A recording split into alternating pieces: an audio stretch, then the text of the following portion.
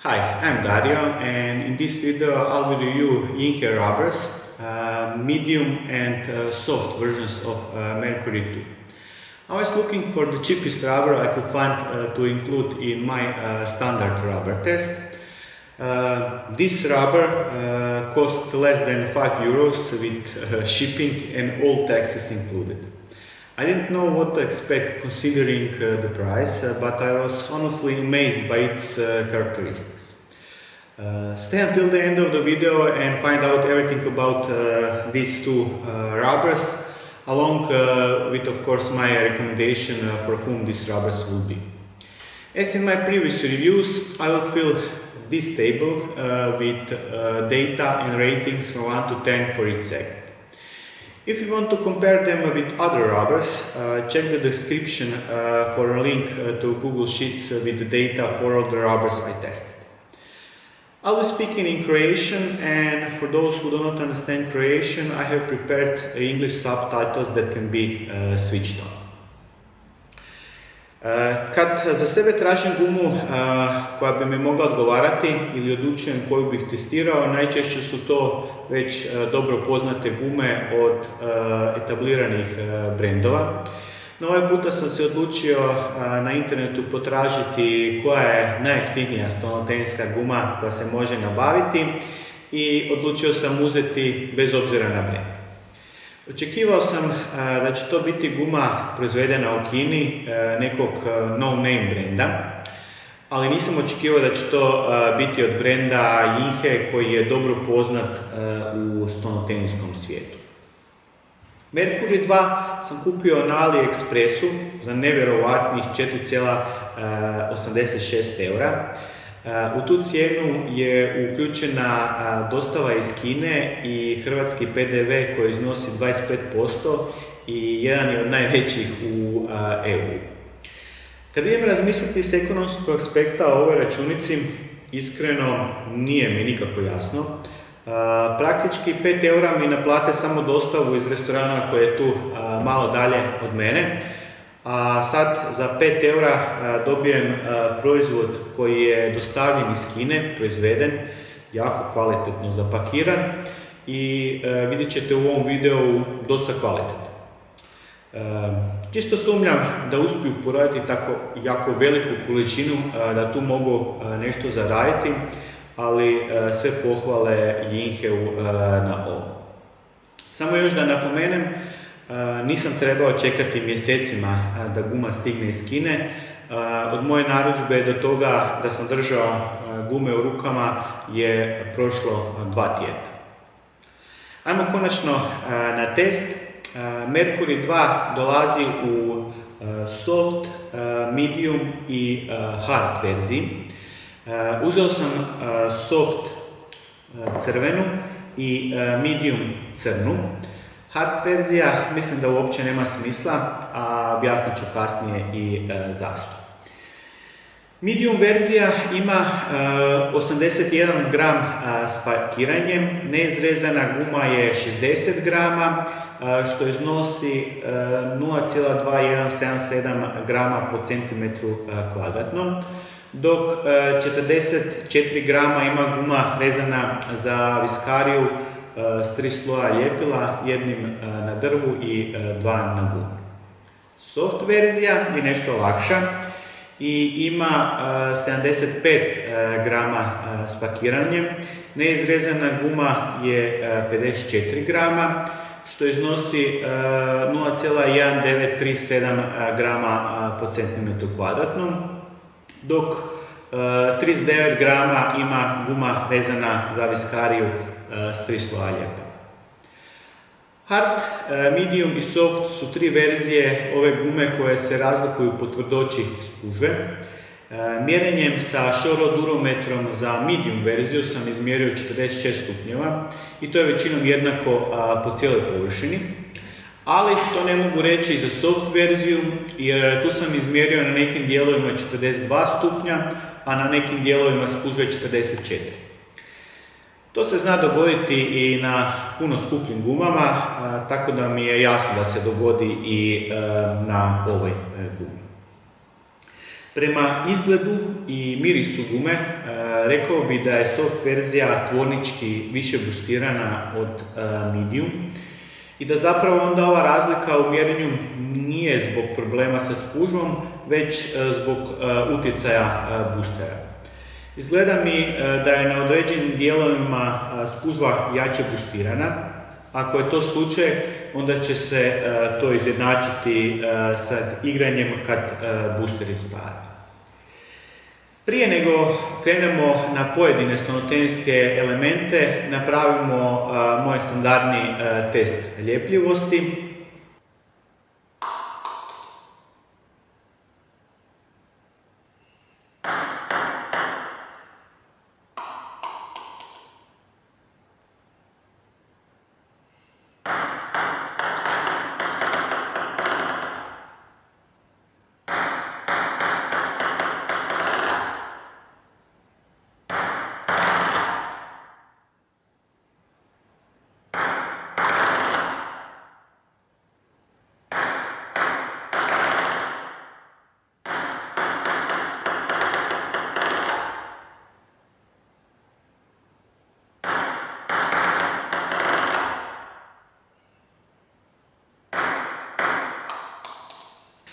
Kao što možete vidjeti, medium i soft verzija su podjednako ljepljive.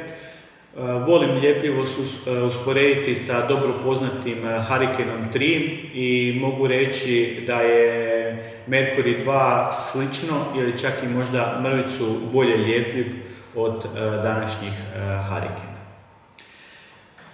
Ova ljepljivost će pomoći kod kreiranja rotacije, tako da mogu reći da su servisi s obje gume dosta dobri. Može se kreirati puno rotacije i relativno je lako servirati kratko. Rekao bi da su gume bolje za kratke servise nego za duge. Sa soft verzijom se može solidno odservirati i duga serva, ali općenito s obje gume su kratki servisi kvalitetniji nego dugi. Kod dugih servisa nedostaje brzine, a i gubi se na rotaciji. Kod prijema servisa su obje gume dobre, jer nisu jako osjetljive na dolaznu rotaciju, pa ako nekad i krivo procijenite količinu dolazne rotacije, guma nešto oprosti. Također nema izraženi trampolin efekt koji otežava prijem servisa i relativno je lako staviti lopticu kratko da protivnik ne može kvalitetno napasti treću lopticu. Ono što je problem, što nije jednostavno napasti servis, s kratkim pokretima gume ne daju dovoljno, a to je još više izraženo kod soft verzije. Tako da je medium sve skupa gledana bolja u prijemu servisa. Spomenuo sam da su obje jako dobre u kratkoj igri i to možete vidjeti u sljedećem videu. Stvarno je s iznimnom lakoćom i puno kontrole jednostavno staviti lopticu kratko, pa čak i s pristojnom rotacijom.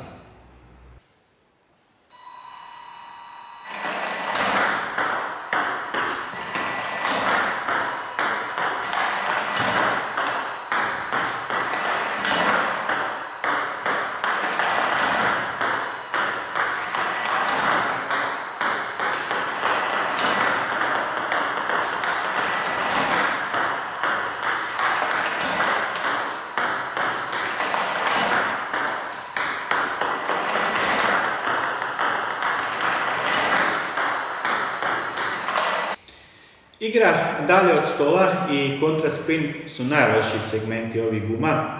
Jednostavno im nedostaje brzine za nešto kvalitetniju igru dalje od stola, a i naravno gripa za kontraspin. Gume sam isprobao samo na Viscariji, koja je dosta brzo drvo.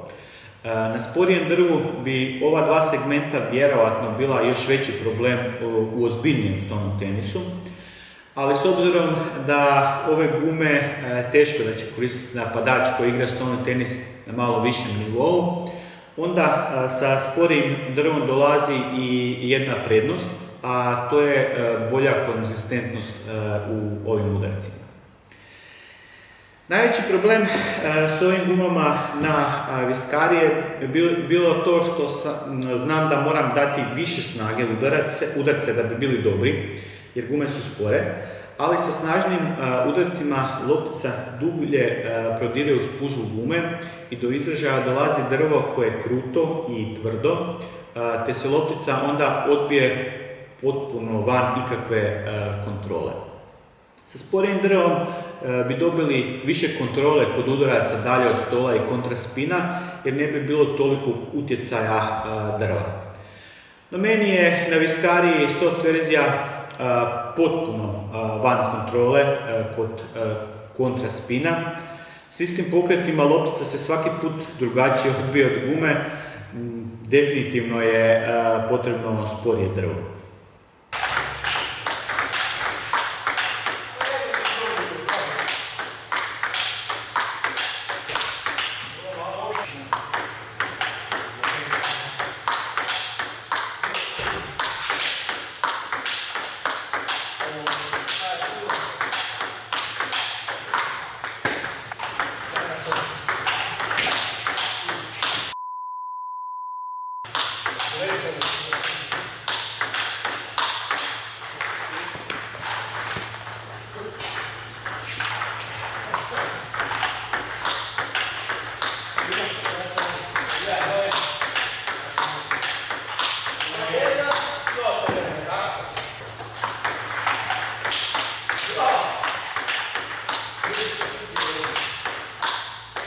Ono gdje su me ove gume najviše iznenadilo je količina spina koje mogu proizvesti. Jednostavno je nevjerovatno da guma od 5 eura može kreirati toliko spina. Također spin je lako kreirati, iako se radi o kineskom tipu gume koje su poznate po tome da se s njima može dobiti najviše spina, ali da ga je teško kreirati. Ovdje je slučaj da je spin relativno lako kreirati i da se dobije zavidna količina spina. Evo najbolje da pogledate sami, u sljedećem isječku je return board postavljen okomito, kao da je vaš protivnik ravno postavio reket bez da ga je zatvorio. Pogledajte kako će se loptica odbiti od takvog reketa.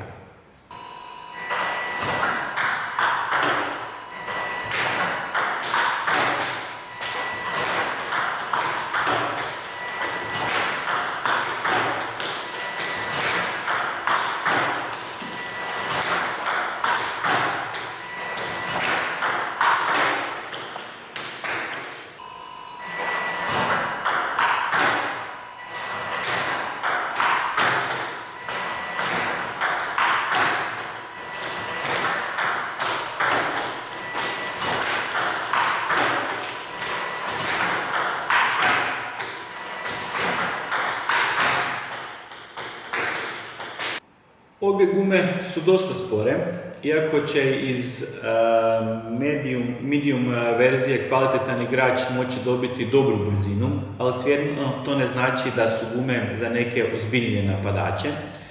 No zbog smanjene brzine, a kvalitetnog spina, guma ima izvrsnu kontrolu i onaj koji traži gumu s jako dobrom kontrolom svakako treba razmisliti o ovim gumama. Što se tiče nekih naprednijih udaraca, kao što je recimo backhand flip, s medium verzijom je to dobro i nije problem za kvalitetno izvesti, ali sa soft verzijom, U sljedećem isječku robot izbacuje dvije loptice s puno backspina, jednu kratku, a drugu dugu. S medium verzijom vam prikazujem odmah moj prvi pokušaj izvođenja ove vježbe, a sa soft verzijom tek 7. ili 8. pokušaj, jer jednostavno sa soft verzijom nikako da naštimam ruku da mogu izvesti vježbu, barem koliko toliko solidno da bih vam prikazao.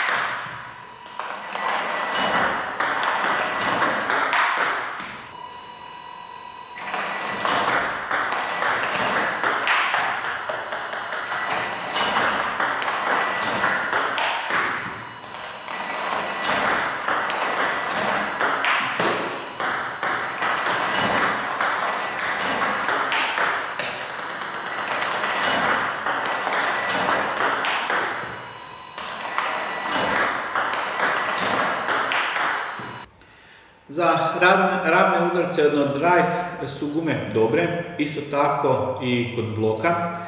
Kod aktivnog bloka je medium guma bolja, a kod pasivnog soft. Općenito, kao i kod svih ostalih udaraca, najveća prednost je upravo ta kontrola, lakoća i preciznost izvođenja svih vrsta udaraca.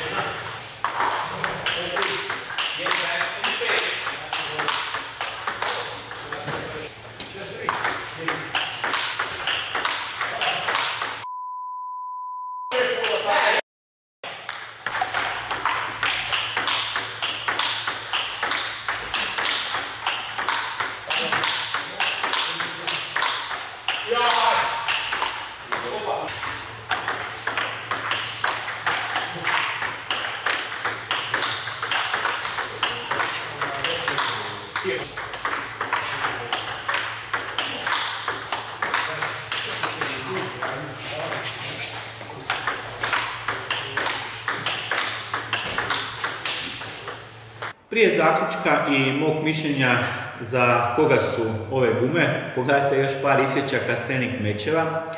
U sljedećim mjesecima medium verziju gume crne boje koristim na forehandu, a soft verziju crvene boje na backhandu.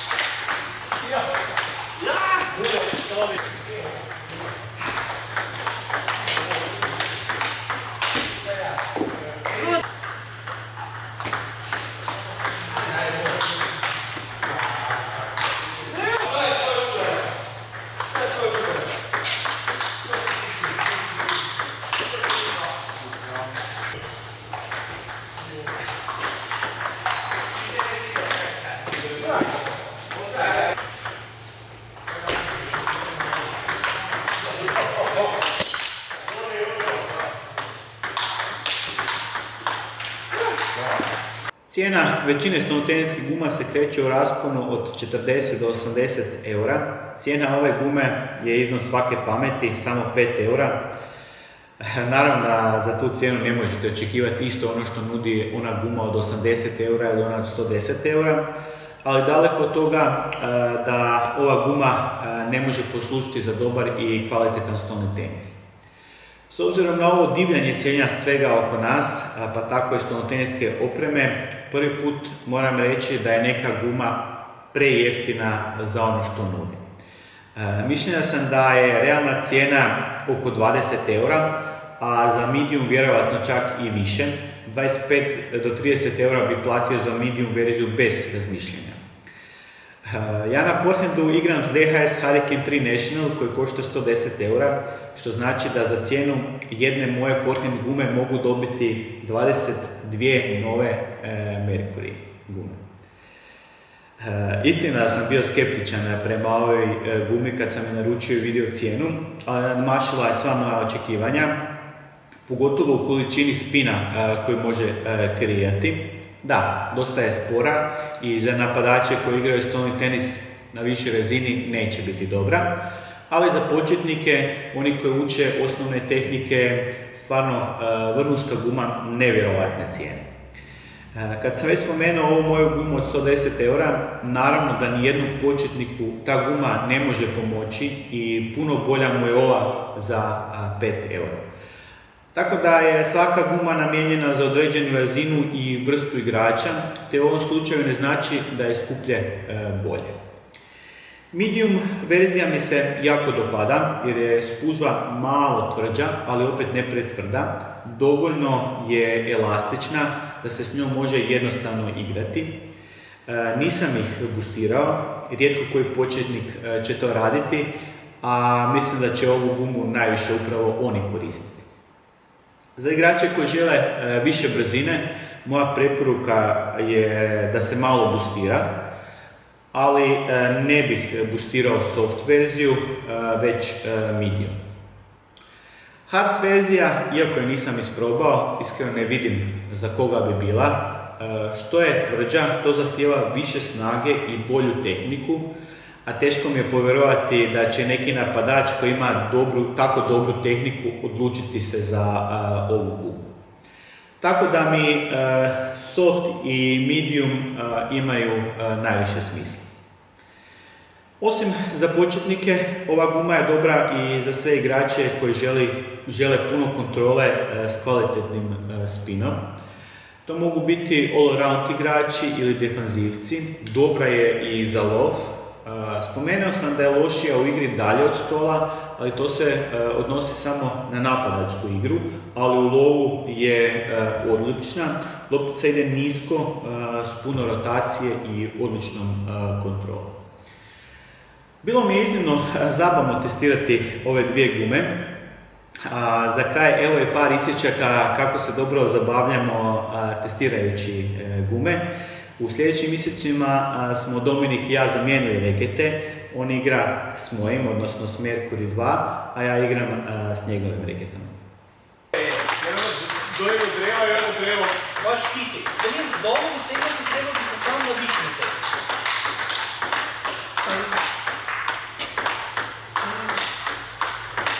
Ali fulja. Dobro, pa evo što ti prodao. Za 7 eura.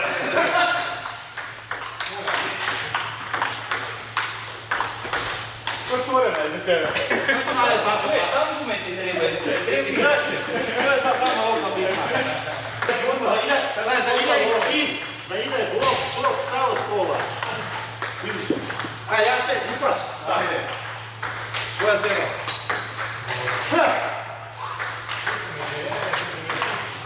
Sad je prebrza!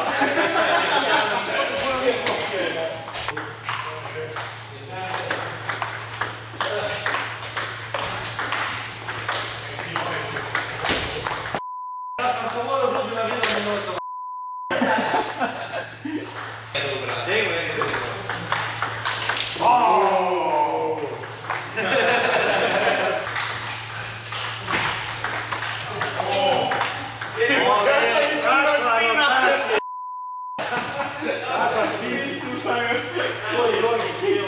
To bilo to za ovaj test. Znate već, pretplatite se na kanal, lajkajte, šerajte. Nadam se da vam se i sviđa ovo novo osvjetljenje i općenito malo drugačiji ugođaj nego u mojim dosadašnjim videima. Do sljedećeg puta, uživajte u pinganju.